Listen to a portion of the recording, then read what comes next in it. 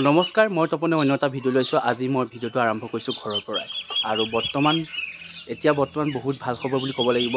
বহুতখিনি ৰিজাল্ট ইতিমধ্যে আমাৰ 9 অক্টোবৰত দিব আৰু 10 তাৰিখে আমাৰ এপইণ্টমেণ্ট দিব। আছাম পুলিচ হওক, ADRE হওক, ড্ৰাইভিঙৰ হওক, সকলো মানে যিখিনি APR যিমান আছে, কামাণ্ডো হওক।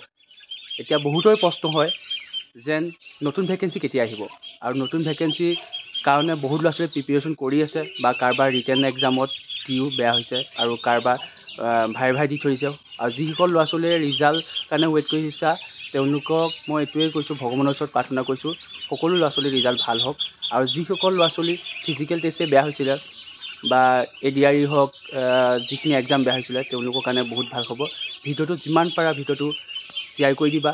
আৰু মোৰ চেনেল যদি প্ৰথমবাৰৰ কাৰণে আহিছা, ছাবস্ক্ৰাইব কৰি পূৰা বেল আইকনটো দবাই অল প্ৰেছ কৰি দিবা। প্ৰতিটো ভিডিঅ' মই ডিফেন্সৰ দিওঁ, আৰু অসম ষ্টেটৰ যিমান পাৰোঁ চেষ্টা কৰোঁ। ADRE হওক, মেডিকেলৰ হওক, আৰু অল ইণ্ডিয়া ভিডিঅ' দিওঁ, যিহেতু আমাৰ SSCও আছে, আৰু গোটেইখিনি ৰেলৱে চবৰে দি থাকোঁ। তোমালোকে যিমান পাৰা ভিডিঅ'টো শ্বেয়াৰ কৰি দিবা। এতিয়া মূল কথালৈ আহোঁ। মূল কথাটো হৈছে নতুন ভেকেঞ্চি কেতিয়া আহিব। এতিয়া নতুন ভেকেঞ্চি আহিব নৱেম্বৰ মাহত। আমাৰ মামাই 2-এখন অনুষ্ঠানো কৰিছে। কি পদ আহিব মই গোটেইখিনি কৈ আছোঁ। সবিশেষ ভিডিঅ'টোত একদম পূৰা চাই থাকিব। এতিয়া বহুতৰ এজ গুচি গৈছে, ফৰেষ্টত আহিব। যিখিনি আমাৰ আছাম পুলিচত দিয়া, আৰু যিখিনি মানে এইটো তোমালোকৰ কামাণ্ডো বয়স গৈছে, তেওঁলোকৰ কাৰণে বহুত ভাল খবৰ। ড্ৰাইভিঙৰ হওক আৰু ফৰেষ্ট গাৰ্ড হওক, সেইবিলাক গোটেইখিনি আহিব।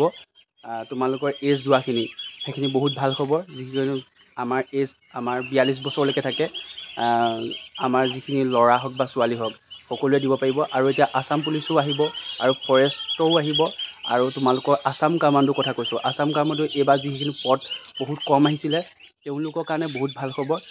বহুতখিনি পদ আহিব বুলি কৈছে। 2-এখন অনুষ্ঠানত সোধোতে বহুত কেণ্ডিডেটে সুধিছিলে যে মামা কামাণ্ডো লাগে। তেতিয়া মামাই নিজে কৈছিলে, আৰু মই নিজে ভিডিঅ'টো চাইছিলোঁ।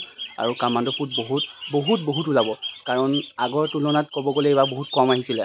164 আহিছে, তাৰ আগৰবাৰ আহিছিলে 2450টা, আৰু বহুত ল'ৰা ছোৱালীয়ে চাকৰি পাইছিলে 2450টা। তেনেকেই ধৰণৰ চাগৈ পদ আহিব।